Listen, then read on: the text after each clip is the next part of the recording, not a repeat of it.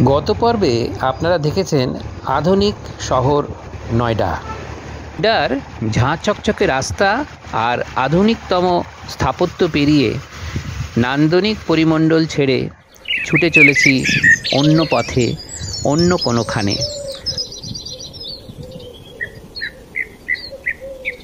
সঙ্গে অনেক লটবহর রয়েছে, তাই যাত্রায় একটু চিন্তাও রয়েছে। মেয়েকে নিয়ে দিল্লি থেকে তার নতুন কর্মস্থল ব্যাঙ্গালোরে পৌঁছে দেওয়ার চক্করে আমি বেশ লাভবানই হলাম। এত সুন্দর সব প্রাকৃতিক দৃশ্য দেখার সুযোগ পেয়ে গেলাম একটা। চিরকাল মনে থাকবে এই ভ্রমণ অভিজ্ঞতা। ধরা দিল আরণ্যক প্রকৃতি। বিভূতিভূষণের লেখা যেন জীবন্ত রূপে ধরা দিল চোখের সামনে। বুদ্ধদেব গুহর বইয়ের পাতা যেন উঠে এলো। সঞ্জীব চট্টোপাধ্যায়, জিম করবেট যেন উঁকি দিয়ে গেল স্মৃতির সরণিতে।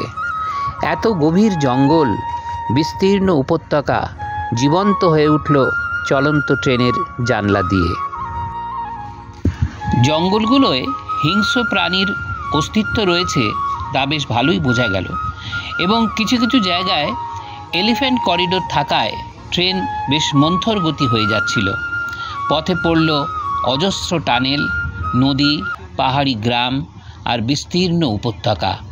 বিশাল কয়েকটি প্রাকৃতিক সরোবরও পড়ল চোখে, আর পাহাড় তো ছিল নিত্য সঙ্গী। অনেক জায়গায় দেখলাম পাহাড় ফাটিয়ে বড় বড় পাথরের চাই তুলে নিয়ে যাওয়া হচ্ছে। খুব খারাপ লাগলো। একদিন হয়তো এইভাবেই সভ্য মানুষের লোভের কাছে ধ্বংস হয়ে যাবে এই সুন্দর প্রকৃতি।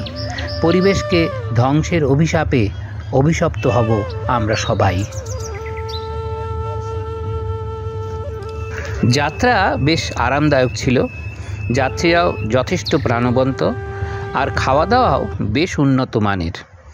দিল্লি থেকে উত্তরপ্রদেশ হয়ে মধ্যপ্রদেশের ভোপাল, মহারাষ্ট্রের নাগপুর, অন্ধ্রপ্রদেশের হায়দ্রাবাদ হয়ে অবশেষে কর্ণাটকের বেঙ্গালুরু। বিচিত্র প্রকৃতি তার সব সৌন্দর্য নিয়ে উঠে এসেছে আমাদের যাত্রাপথের ক্লান্তি দূর করতে।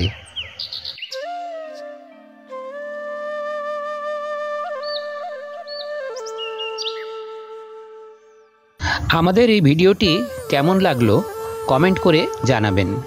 যদি ভালো লেগে থাকে একটি লাইক দিয়ে আমাদের পাশে থাকবেন। নমস্কার।